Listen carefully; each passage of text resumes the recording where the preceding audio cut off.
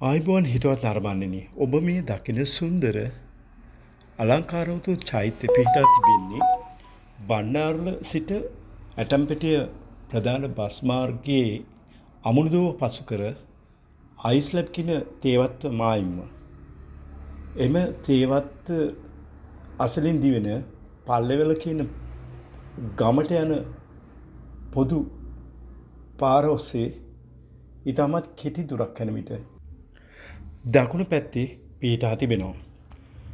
ජපානය සහ ශ්‍රී ලංකාව අතර මිත්‍රත්ව සංගමේ අනුග්‍රහයෙන් 1980 ගණන්වල මෙම චෛත්‍ය ඉදි කර තිබෙනවා. ඒ වගේම අපි පාසල් යන කාලේ මෙම චෛත්‍ය නැරඹීම සඳහා අපි පන්තියේ ළමුන් කණ්ඩායමක් හැටියට ගිය අවස්ථාව එමටයි. ඔබ දැන් දකින්නේ මේ චෛත්‍ය වටේ තිබෙනා වූ ඉතා උසකින් යුත් ගස් කීපයක්. ඒ වගේම තේවත්ත මායිම්ම අලංකාරවත් වූ මල් සහිත ගස් කීපයකුත් තියෙනවා. ඒක දැන් ඔබ දකින පඩිපෙළක්.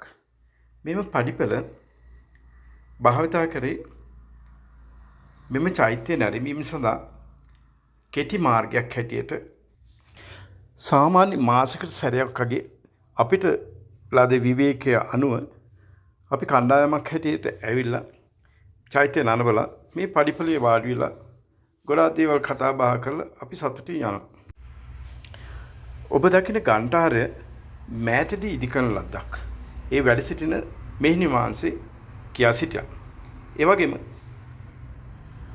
මේ බුදු කොටිය අපි දකින්නේ මේ වසා තිබුණේ ඉල්ලීමක් කර සිටියා මම විවෘත කළ දෙන්න කියලා ඇතුළට යන්න.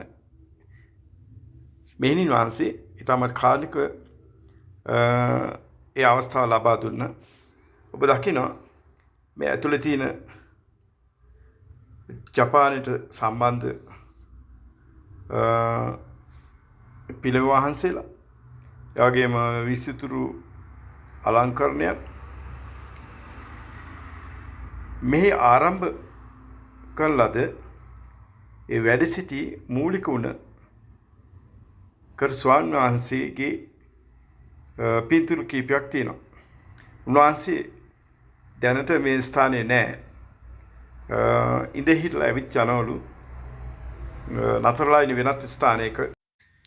හාමුදුරුවෝ වැඩ සිටින කාලය තුල නම් මේ පන්සල යම් සංවර්ධන කටයුතු ඉතාම ශීඝ්‍රයෙන් සිදු වුණා. දැන් යම් පාළු ස්වභාවයක් ගන්නවා.